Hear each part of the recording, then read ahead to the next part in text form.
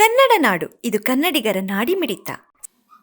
APMC police ಠಾಣೆಯಲ್ಲಿ ನಿನ್ನೆ ದಿನಾಂಕ 9/4/2026 ಮಾನವಿ ಪಟ್ಟಣ ಸಹಕಾರಿ ಸೌಹಾರ್ದ ಬ್ಯಾಂಕ್, ಮಾನವಿ ಟೌನ್ ಸೊಸೈಟಿ ಬ್ಯಾಂಕಲ್ಲಿ, ಕೋಆಪರೇಟಿವ್ ಸೊಸೈಟಿ ಬ್ಯಾಂಕಲ್ಲಿ ಒಂದು ಫ್ರಾಡ್ ನಡೆದಿರೋದ್ರ ಬಗ್ಗೆ ಮಾಹಿತಿ ಬರ್ತದೆ.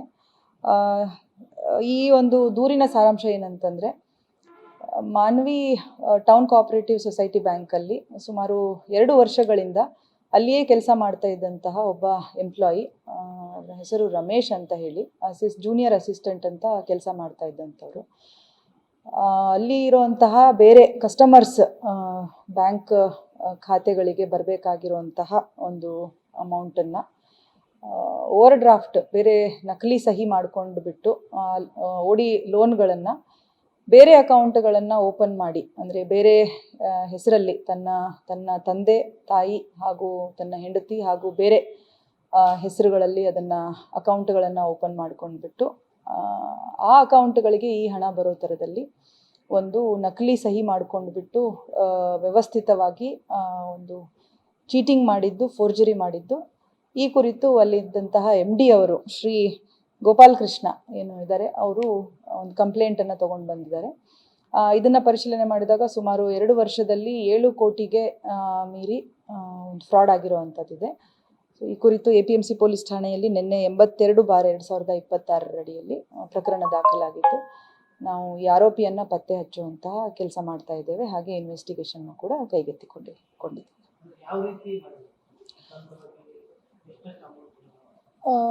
ಅಮೌಂಟು ತುಂಬ ಬೇರೆ ಬೇರೆ ಟೈಮ್ ಫ್ರೇಮಲ್ಲಿ ಮಾಡಿದ್ದಾರೆ ಅಂತ ಹೇಳ್ತಾರೆ. ಒಂದು 5-6 ಇನ್ಸ್ಟೆನ್ಸಸ್ಸನ್ನು ಅವರು ಮೆನ್ಷನ್ ಮಾಡಿದ್ದಾರೆ ಇದರಲ್ಲಿ. ಬೇಸಿಕಲಿ ಓವರ್ ಡ್ರಾಫ್ಟ್ ಲೋನ್ ಅಂತ ಏನಿರುತ್ತೆ ಅದರಲ್ಲಿ ಇವರು ಫೋರ್ಜ್ ಸಹಿ ಮಾಡಿರುವಂಥದ್ದು.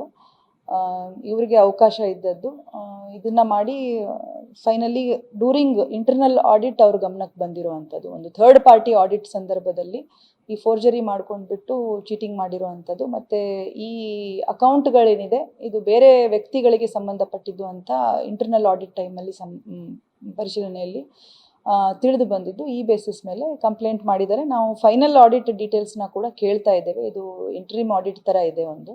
ಸೊ ಫೈನಲ್ ಆಡಿಟ್ ಡೀಟೇಲ್ಸ್ ಜೊತೆಗೆ ನಮಗೆ ಇನ್ನೂ ಹೆಚ್ಚಿನ ಮಾಹಿತಿ ಬರ್ತದೆ. ಅದರ ಪ್ರಕಾರ ನಾವು ಇನ್ವೆಸ್ಟಿಗೇಷನ್ನ ಕ್ಯಾರಿ ಫಾರ್ವರ್ಡ್ ಮಾಡ್ತೇವೆ.